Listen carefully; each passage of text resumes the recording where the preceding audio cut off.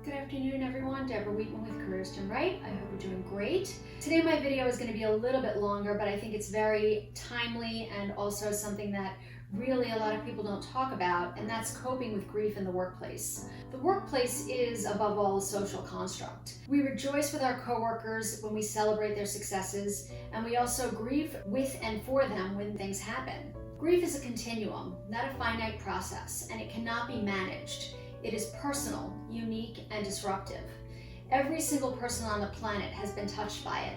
Most larger organizations have policies in place regarding bereavement, and most of these fall far short of providing true support to coworkers during times of crisis. Bereavement policies generally address paid time off and end there. As anyone who has ever experienced the death of someone close or someone they love know, the immediate aftermath is only the beginning, and the grieving does not end once the funeral is over.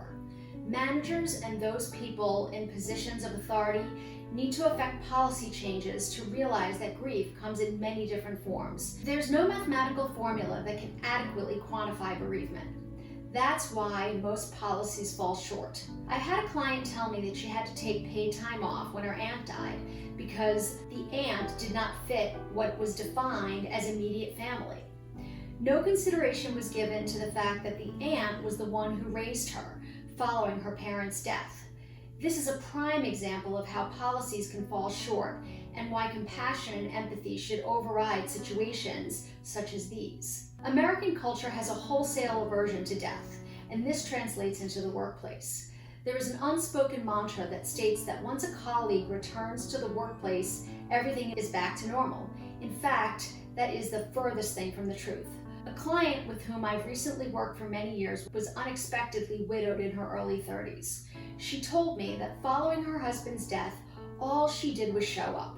She showed up every day, she sat in her office, and she stared out the window. That was all she could do for months. Fortunately, her management was very supportive. They adjusted her workload accordingly so she could manage and deal with her grief. This brings me to my next point. In most situations, management needs to understand that they simply need to listen and not try to fix the problem. There is no fix. Death of a loved one is not a business issue that can be managed, worked through, or workshopped to a neat conclusion. Grief is messy, it's ugly, and it's irrational. Your coworkers, your direct reports, and others need to know that you understand this and that you accordingly adjust your expectations.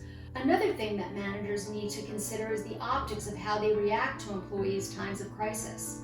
A client told me recently about a coworker whose spouse and child were both killed in a very tragic and freak accident. Her management sent out an email with the link to the obituary, and then there was nothing more. For my client, how this was handled was the final straw. She has elected to leave the company due in no small part to the management's wholesale lack of both empathy and support for her colleague. What should you do? Realize that loss and subsequent grief are endemic to the human condition, and there are no hard and fast rules. Offer support. Volunteer to take on a colleague's projects if you can. Offer help rather than asking what you can do. Likely, there's nothing you can do. Grieving people are often overwhelmed and confused. Placing the burden of determining what they need on them is unfair. Most importantly, address the loss directly.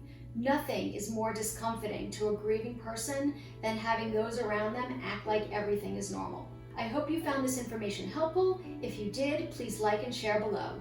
Here's to the right career for you.